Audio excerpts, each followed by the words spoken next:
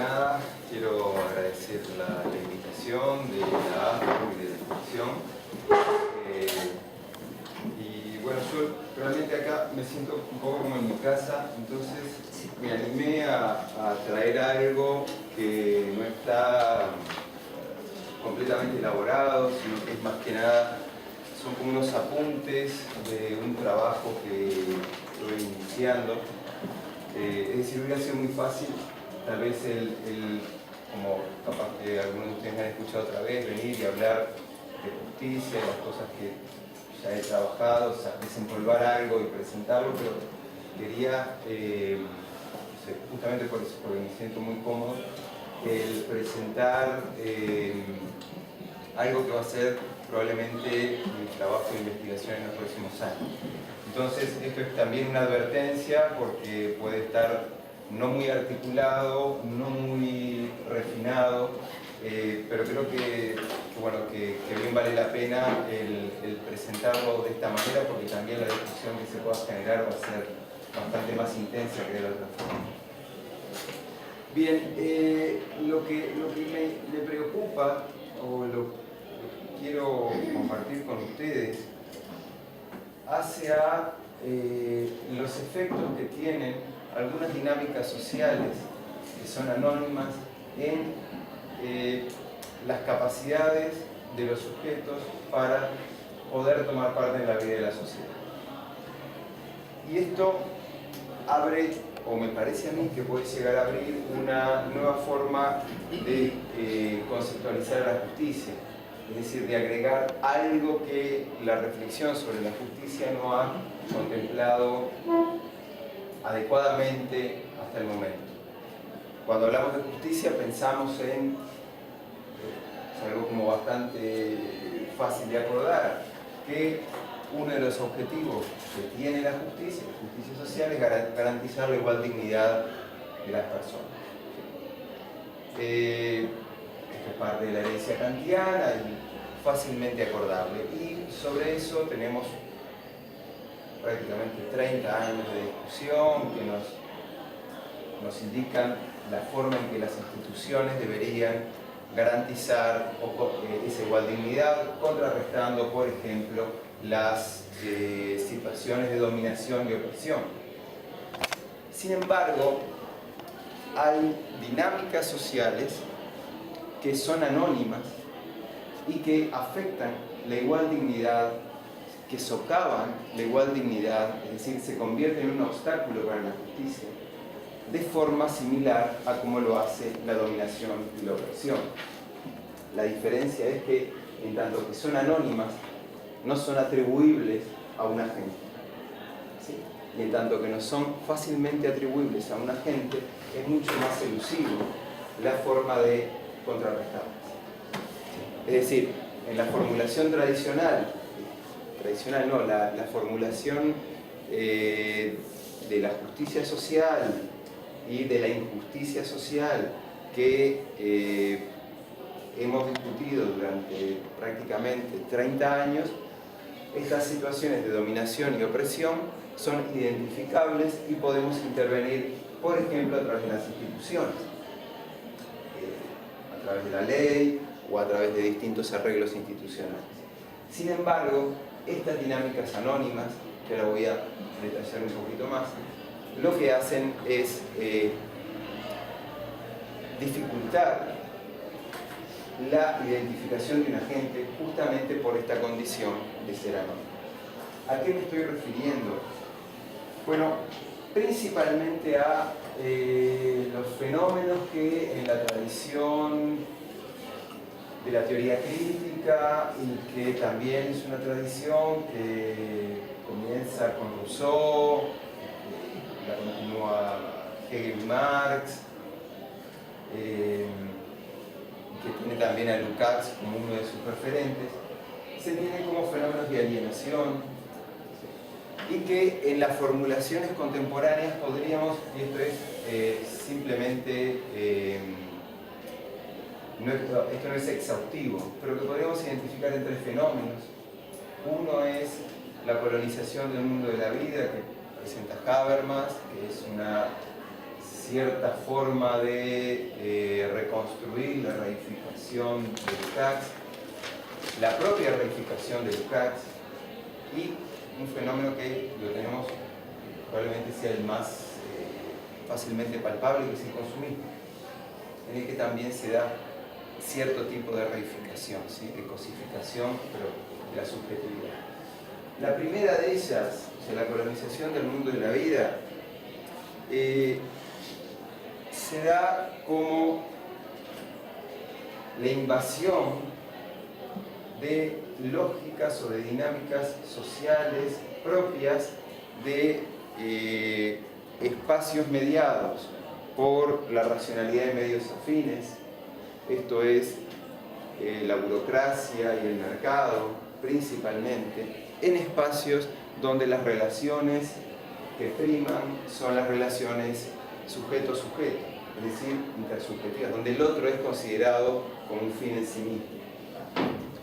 Estas relaciones tienden a anular la diversidad y a tratar al otro como un medio, ¿sí? En eso estaría el efecto cosificador. Algunos ejemplos que podemos tener de esto en nuestra vida cotidiana y que pueden encontrar ustedes, bueno, es cuando una lógica económica termina diciendo cuándo se debe o no atender a un paciente, ¿sí?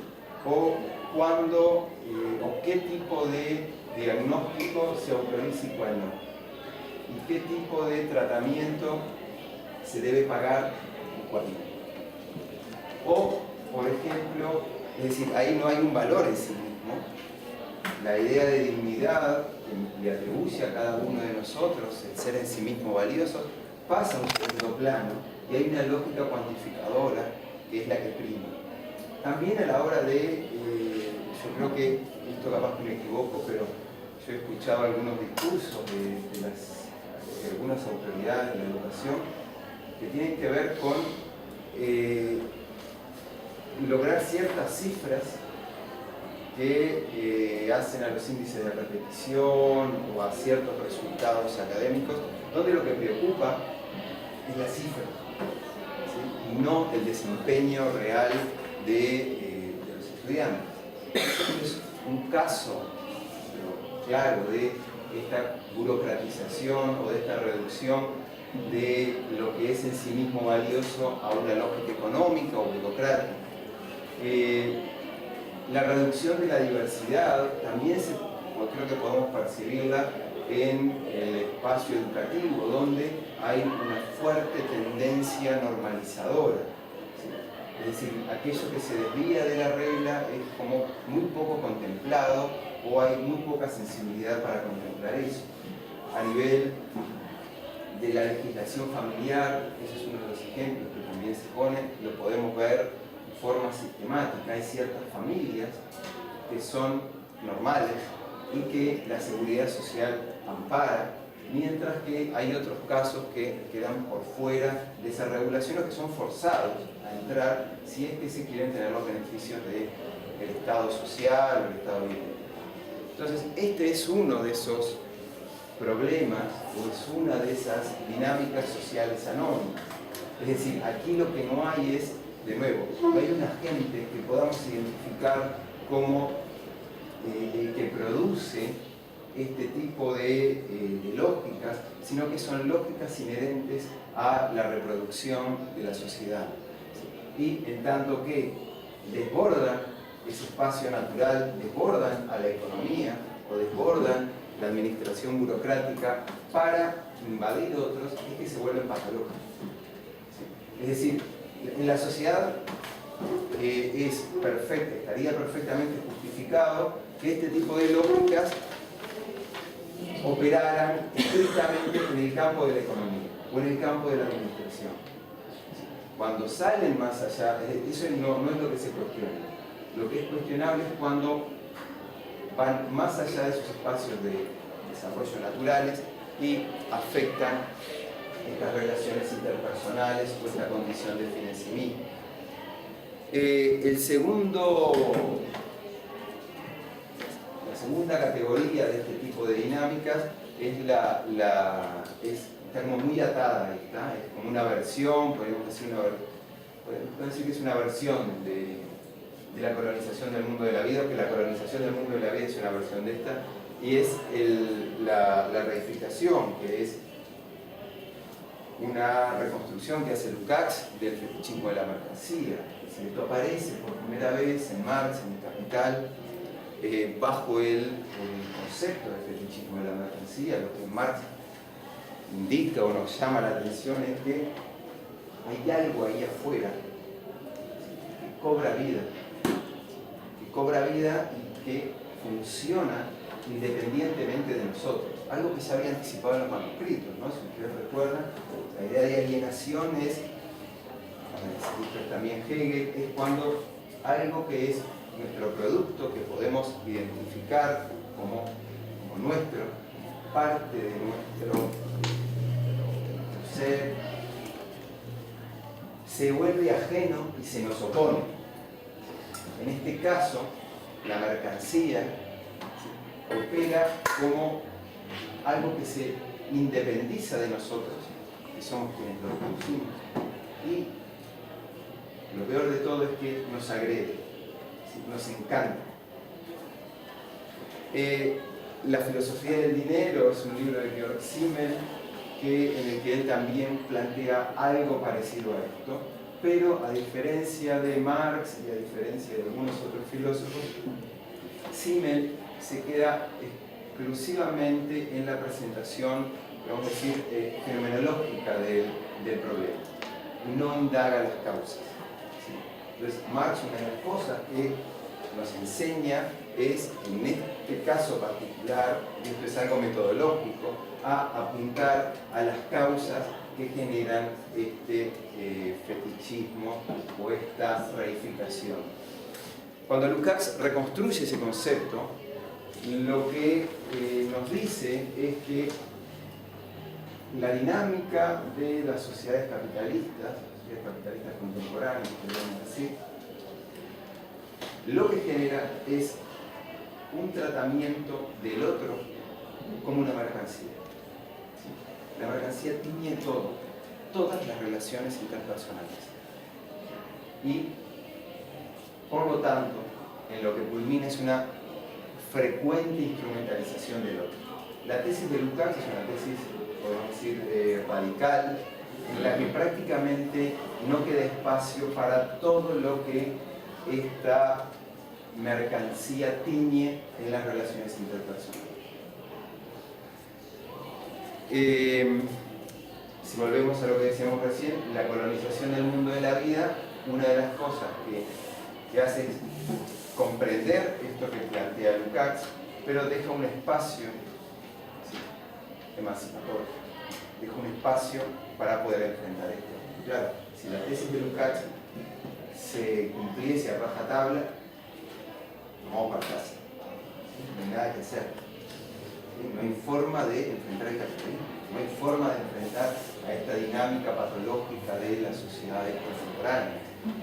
Algo parecido a las consecuencias que se seguían o se podrían seguir de lo que Adorno y Horkheimer habían planteado en la dialéctica del comunismo. Bien, pero independientemente de estas diferencias, a mí lo que me interesa es llamar la atención sobre estos fenómenos, ¿sí? Reificación bajo sus dos formas. Honneth también presenta una forma de reconstruir al concepto de reificación como negación de reconocimiento. Él lo que dice es que estas relaciones de instrumentalización lo que hacen es negar el reconocimiento al otro, y lo reconocemos como humano, por lo tanto lo instrumentalizamos. Pero independientemente de estas distintas variaciones, que son bien interesantes acerca de un mismo problema que tiene ese origen en Marx, lo que me interesa es llamar la atención sobre esta dinámica, que, de nuevo, son anónimas, es decir, son parte de la reproducción de la sociedad, son parte en sí, es el mercado de las sociedades capitalistas, pero no tenemos en el mercado a quién atacar, a alguien que podamos identificar como un agente que sea el generador de este tipo de dinámicas, sino que son dinámicas que, de nuevo, anónimas, y así es como son definidas por la Escuela de Frankfurt, principalmente, y por Weber también. Y ahora lo que vamos a ver son los efectos que esto puede provocar. Una tercera, como les decía, también es el consumismo, ¿sí? Donde hay algo que dice Bauman, que es muy interesante. Bauman dice que en lugar del fetichismo de la mercancía, en el consumismo, lo que se da es el fetichismo de la subjetividad. Lo que pasamos a instrumentalizar es a nosotros mismos.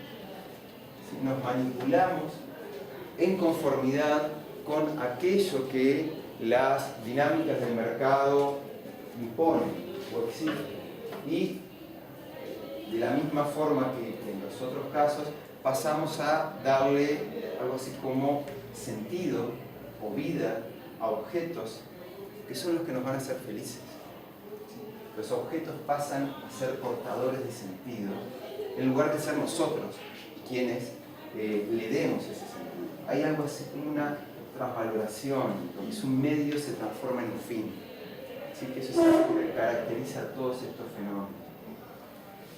Y claro, lo que generan todos estos fenómenos, y en el consumismo en particular, hay un trabajito de un filósofo americano que se llama Benjamin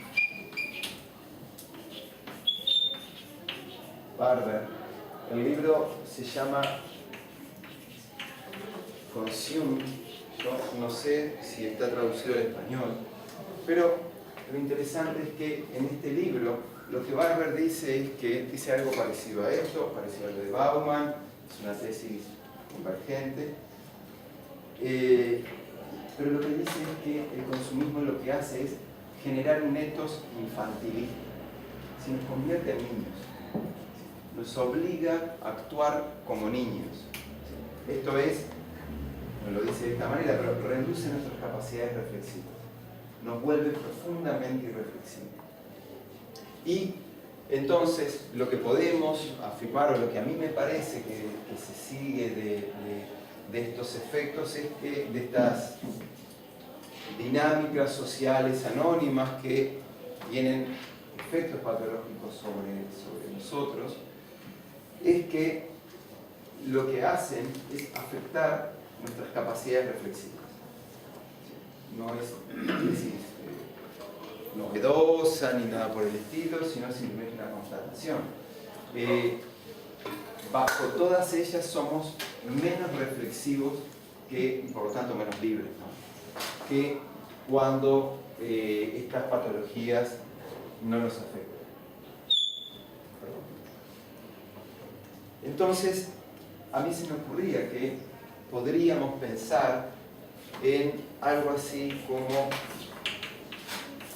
una denominación para este tipo de efectos que socavan justamente lo que la justicia pretende garantizar, ¿sí? Esa igual dignidad que pretende garantizar la justicia, a lo que aspira es a que podamos ser agentes, que podamos ser reflexivos, libres. En Kant, la idea de dignidad está internamente relacionada y asociada con la autonomía y la libertad. Entonces, en tanto que estas dinámicas afectan de esta forma nuestras capacidades reflexivas que nos permiten ser autónomos y que por lo tanto ofician como un obstáculo para la justicia, a mí me parece que podríamos hablar de algo así como justicia no.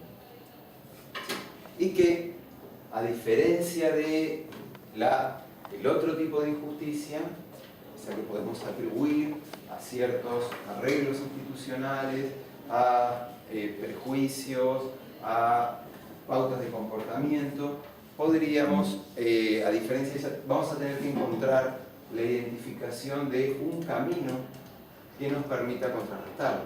¿Sí? Es lo que creo yo que sería lo más interesante en este caso. Si vienen los dos tipos de injusticia en vamos a llamarla la injusticia tradicional, o estándar y la anónima, se afectan las capacidades reflexivas, en este caso parece ser el único reducto que le queda al sujeto para poder enfrentar. Los experimentos sociales o los intentos de intervenir en esas dinámicas sociales a través de las instituciones tienden a tener un no muy buen resultado. Tienden a ser inocuas.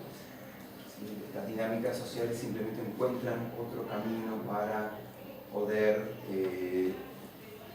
seguir manteniendo la forma de reproducción social que suelen llevar a cabo.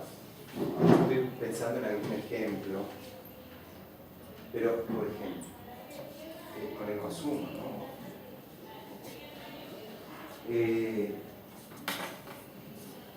Capaz que estos son simplemente cosas que podemos ver en la calle o que hemos visto en la calle. Una forma de enfrentar la imposición de ciertos modelos es generar un modelo alternativo. ¿Sí? Bueno, hoy en día, una noticia que vi en un portal 180, no me acuerdo qué diseñador de modas, pero lanzó su colección a partir de esos modelos alternativos, que son la forma en que se visten las pandillas en toda América Latina. ¿Sí? No me acuerdo el diseñador, pero con esto lo que tenemos es que esa diferenciación que un grupo pretende hacer, con la que se opone al sistema, se opone a los patrones culturales imperantes, es absorbida por la propia dinámica del mercado y es convertida en moda. ¿Sí? Sí. Vamos a pensar en cosas como más elementales que esto, ¿no? Los distintos diseños de vaqueros, ¿no? Rotos, oxidados, ¿no? En fin, el mercado termina absorbiendo todo aquello que opone ese producto. La forma de vestir de los punks en los 70, en determinado momento, también pasó a ser absorbida por el mercado. Entonces, esto es simplemente como un ejemplo que ilustra cómo operan estas dinámicas y que, por ello, a mí me parece que ese reducto último es el propio sujeto, ¿no? Algo que nuestra ciudadela interna, ¿no? Así es como una terminología que se utiliza en las discusiones sobre autonomía. ¿Sí? Y lo que debemos fortalecer como clave para enfrentar estas patologías sociales son nuestras capacidades reflexivas o las capacidades reflexivas de los sujetos. Bueno, eso sí, las instituciones pueden, en ese sentido, sí, auxiliar o operar para garantizar estas capacidades reflexivas que son las que se afectan.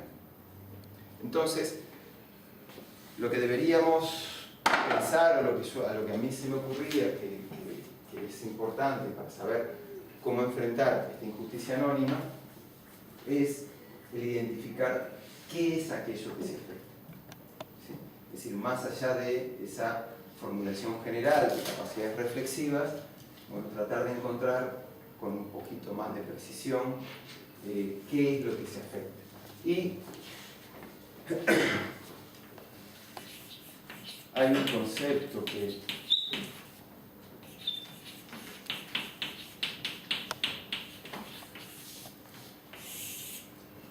creo que puede ayudar a eso, que es el de recursos reflexivos.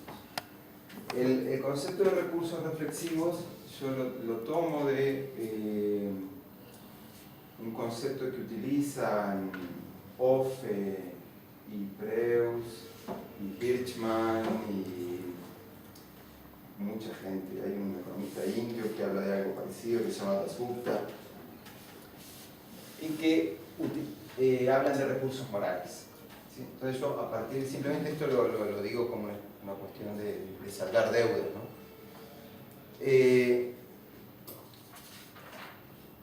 Y los recursos reflexivos en conformidad o con un aire muy de familia, de parecido de familia con los recursos morales, podrían ser definidos como disposiciones y capacidades que nos permiten evaluar y juzgar estados de cosas que nos afectan y eventualmente proyectar su transformación o reforzamiento. ¿Sí? Los recursos morales tienen como, no los reflexivos, sino los morales, que son, yo tomo esta idea, lo que hacen es conducir al entendimiento y al diálogo. La confianza es uno de esos recursos morales. Pero los recursos reflexivos, a mí se me ocurría que podemos pensar una formulación similar, tomando esta idea de disposiciones y capacidades. Esto es Aristóteles también, ¿no? La idea de virtud de Aristóteles. Pero que estén orientados a la evaluación y el juicio de estados de cosas que nos afectan y que a su vez son capaces o que nos permitirían proyectar la transformación de esos estados de cosas o simplemente su reforzamiento. Es decir, reflexionamos sobre cierto estado de cosas y podemos modificarlo o no, ¿sí? Es decir, lo importante es la reflexión. En el proceso reflexivo capaz que podemos decir, en realidad yo estoy muy satisfecho con este comportamiento que estoy llevando a cabo. Y se me ocurría que podíamos presentar 3. Esto no es para nada exhaustivo.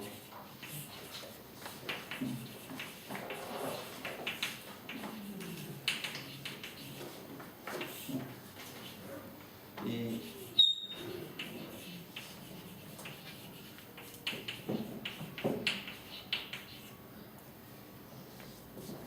argumentación, imaginación y emociones serían 3 de estos elementos que ofician como disposiciones para juzgar, evaluar y eventualmente proyectar una transformación de los estados de cosas que nos afectan o simplemente reforzarlo.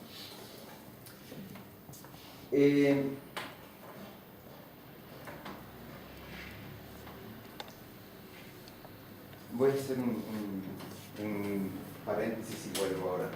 Esto a mí se me ocurrió porque me pidieron a fin de año de una revista francesa que escribiera algo que se llama Son los cuadernos de América Latina, ¿no? Los talleres latinos, que van a dedicar un número a Mujica, ¿sí?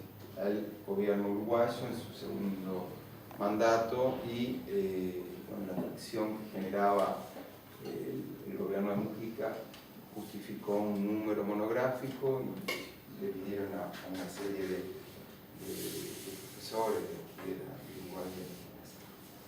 Entonces, en lo que escribí, a mí me surgió algo que fue el disparador de estas, ¿no? Lo que se me generó fue un fuerte sentimiento de insatisfacción, ¿sí? A la hora de evaluar el gobierno. O sea, es un gobierno que, una de las cosas que yo decía ahí en el artículo, que digo en el artículo, es que sin duda los 2 periodos de gobierno fueron muy buenos en la mejora del bienestar, en mejoras que todos hemos constatado, ¿no? En legislación, en fin. Pero la pregunta era, esto que la izquierda uruguaya, que se entronca con algo así como una tradición socialista, ¿es todo lo que tiene para ofrecer? ¿Es hasta acá que vamos a ir? ¿Vamos a seguir mejorando nuestra capacidad de consumo? ¿Nuestro bienestar? ¿Vamos a tener más dinero para, no sé, tener mejores vacaciones, comprar más autos, tener celulares de última generación? ¿Es eso el objetivo de este gobierno de izquierda que entronca con una tradición socialista con la que, si bien en el primer periodo había una emergencia social, ahora no se ve una mayor transformación que eso, y no se proyecta nada diferente a esto? Y me puse a pensar que en América Latina pasa lo mismo en todos lados. Sí, Brasil es igual. Bueno, Chile, cuando gobernó la izquierda fue similar. Tiene esto un poco inclasificado, es muy difícil de clasificar, pero si concebemos que es un gobierno con algún tipo de orientación progresista, lo mismo, y así sucesivamente. Y la pregunta es, ¿qué falla? ¿Qué sucede? Y lo que se me ocurría, lo que digo ahí, es que hay algo así como un colapso de la imaginación. Y que la imaginación está cercada justamente por esta lógica anónima, burocrática, que impone cierta forma de administrar, y que esa forma de administrar se convierte en el fin y no en el medio para lograr estos fines que podemos entroncar con esa tradición social. Entonces, a partir de ahí es que pensé en la necesidad de conceptualizar esta falta de imaginación, esta debilidad de la imaginación, que claramente no estaba presente en los padres del pensamiento social, ¿no? Es decir, mi pregunta también era, ¿cuál es la diferencia entre Rousseau, Marx y nuestra época? Porque no es solo los gobernantes, sino que tampoco tienen una alternativa significativa a algo así como un buen capitalismo. Entonces, este concepto fue el disparador, el estudiar o el ver qué es lo que sucede, cómo es que la imaginación es cercada, cómo es que la imaginación colapsa, y esta investigación que les decía que estoy iniciando tiene que ver con esto. Pero, esta es como capaz tendría que haber empezado con esto, pero bueno, no se me ocurrió contárselos ahora, ¿no? Este fue como el disparador de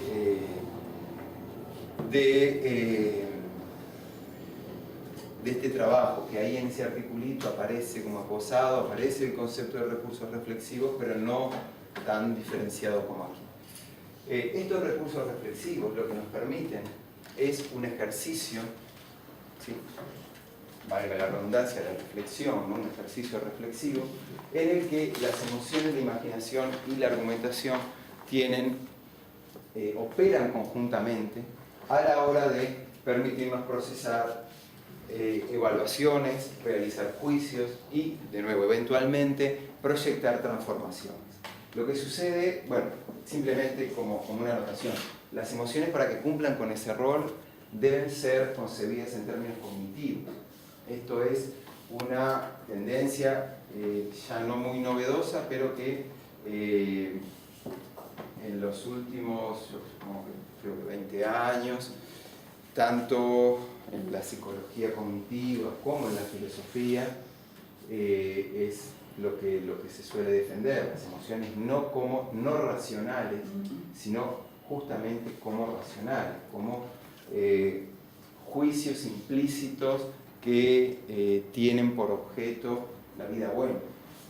Entonces, quienes defienden eso son algunos filósofos muy conocidos, la Príncipe de Asturias de hace 2 años, que es Martha Nussbaum, Elster, en el campo de la ciencia cognitiva, Damasio, una filósofa también muy reputada de Harvard, que se llama Kosgard, en fin, como que la tendencia es que la forma de concebir a las emociones debería ser cognitiva, que el no cognitivismo en las emociones, esto es como algo que se opone a la razón.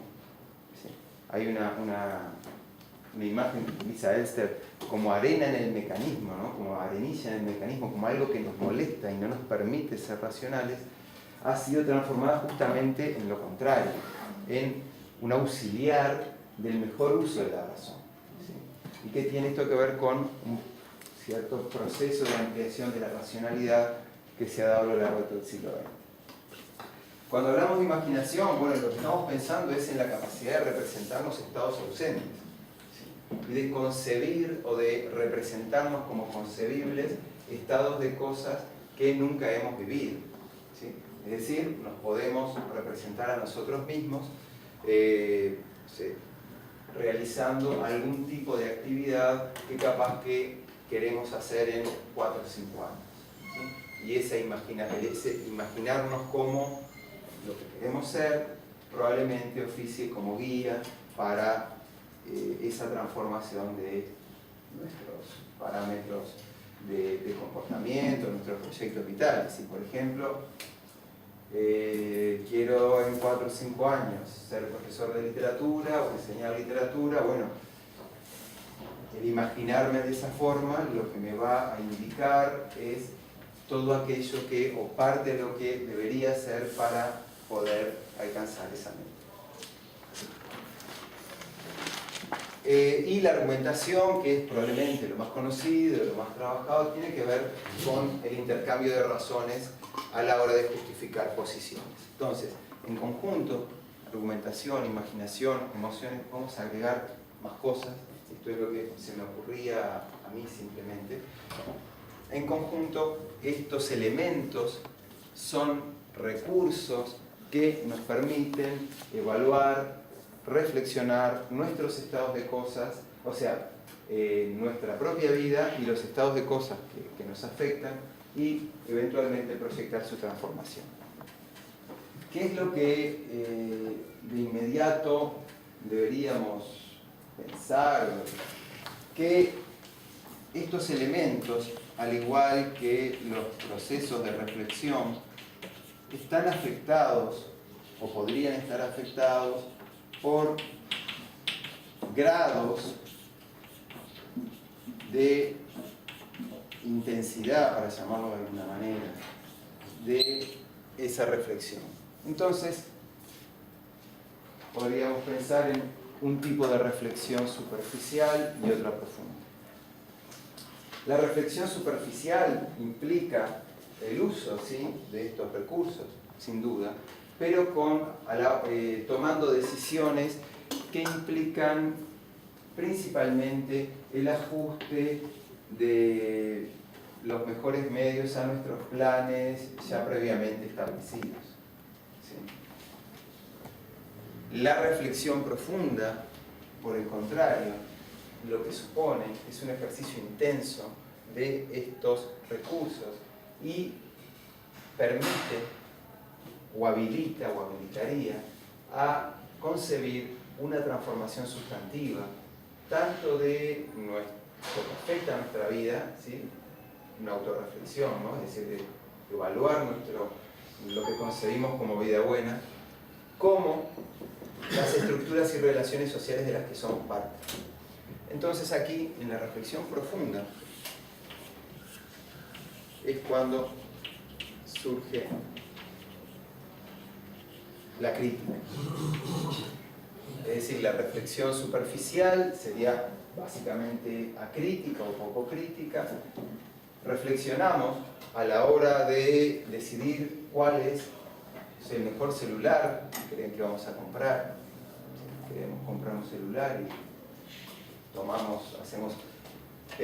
lo evaluamos, las opciones y demás, pero no evaluamos con esta reflexión superficial si efectivamente necesitamos, para tener una buena vida, un celular con esas características que tienen de todo y que al menos hasta alguna de esas cosas no son comunes.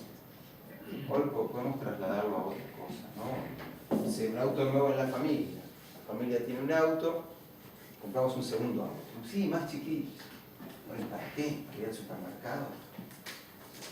Capaz que es mejor tener otro medio de transporte público, menos estrés, en fin. A eso me refiero con los dos tipos de ejercicio. Claro, la reflexión profunda es lo que genera la crítica. Primero la autocrítica, ¿sí?, en términos autorreflexivos, acerca de si esta vida que estoy llevando adelante es realmente la vida que yo considero que puede hacerme feliz. Y también las estructuras y relaciones sociales que nos afectan. Si estas estructuras y relaciones sociales son justas o permiten garantizar esa igual dignidad con la que partíamos, y si, por lo tanto, deberían ser transformadas. Lo que yo sostengo, lo que creo es que estas dinámicas anónimas o esta injusticia anónima lo que hace es generar exclusivamente un ejercicio superficial de la reflexión. ¿Sí? Es decir, no es que no tengamos emociones, que no tengamos imaginación, que no tengamos capacidad para argumentar, para ofrecer razones que justifiquen nuestras posiciones. ¿Sí? Podemos decir definitivamente que ese segundo auto que vamos a comprar lo necesitamos por tal y tal y justificar en función de ello, pero lo que difícilmente podamos hacer en este ejercicio superficial es una evaluación cualitativa, es decir, una evaluación en la que esté en juego una suerte de plan vital consistente con ese segundo auto. Por ejemplo, ¿no? Es decir, si en la justificación aparecieran ese tipo de razones profundas, bueno, estaríamos frente a una reflexión profunda. ¿Ya? Bien.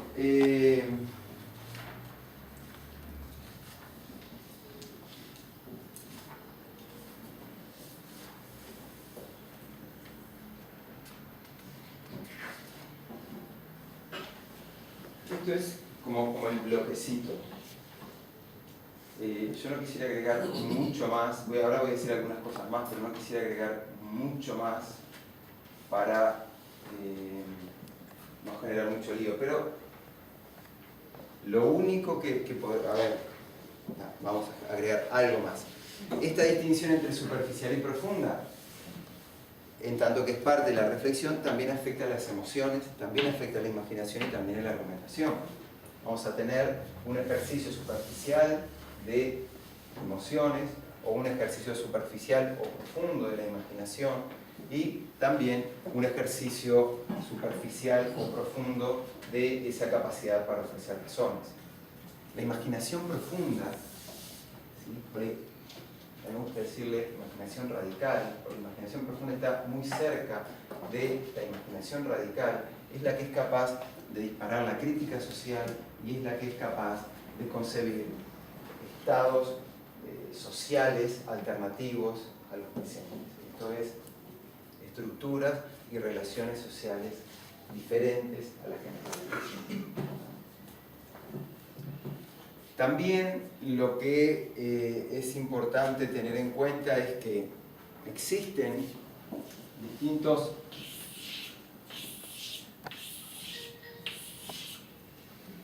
que tenemos por una parte umbrales, ¿sí? Tienen entre superficial y profundo estos distintos elementos, estos tres recursos reflexivos, pero también hay espacios sociales altamente diferenciados en los que lo que entra en juego es en forma diferencial cada uno de estos elementos. Y ahora voy a explicar esto un poquito más. Por ejemplo,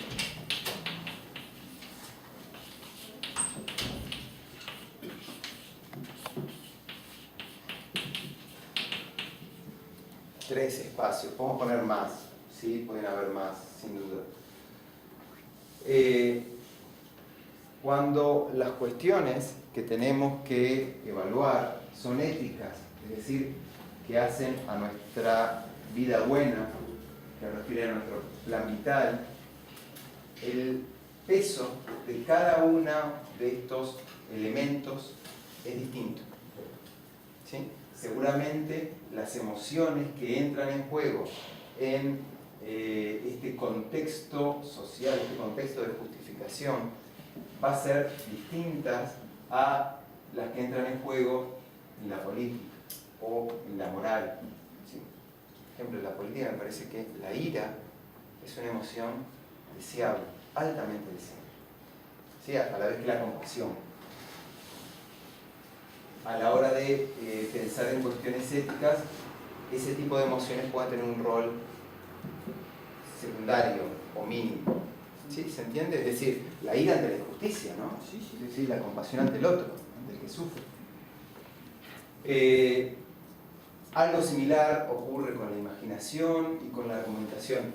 No tengo la más pálida idea, es obvio, de qué emociones y cómo pesarían en cada uno de estos contextos. ¿Sí? Eso es algo que capaz que si vengo en 3 o 4 años puedo decir algo más, pero ahora no. Pero sí lo que creo que es bastante claro es que dependiendo de los contextos, ¿sí?, de los distintos contextos sociales, que podemos pensarlo en términos de esferas de justicia, o de esferas sociales, como Walzer, o contextos de justificación, como dice Rainer Forst, en fin, lo podemos pensar. Lo que sí tenemos, creo yo que es muy claro, es que hay distintos contextos sociales en los que, o contextos de justificación, en los que estos recursos reflexivos, o en los que reflexionamos, tomando estos recursos en forma diferencial. ¿Sí? En algunos pesan más unas cosas, en otros pesan más otras. Entonces, umbrales y diferenciación por espacios.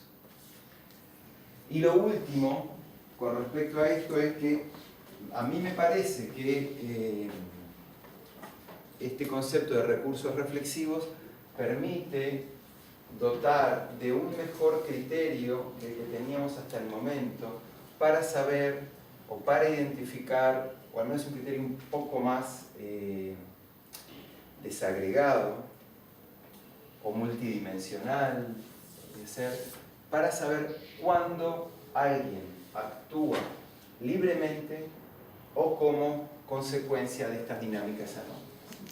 ¿Sí? Lo que quiero decir con esto es que no sabemos hasta que alguien justifica sus posiciones si su comportamiento, por ejemplo, seguimos con los ejemplos del consumo, ¿no? Su comportamiento radicalmente consumista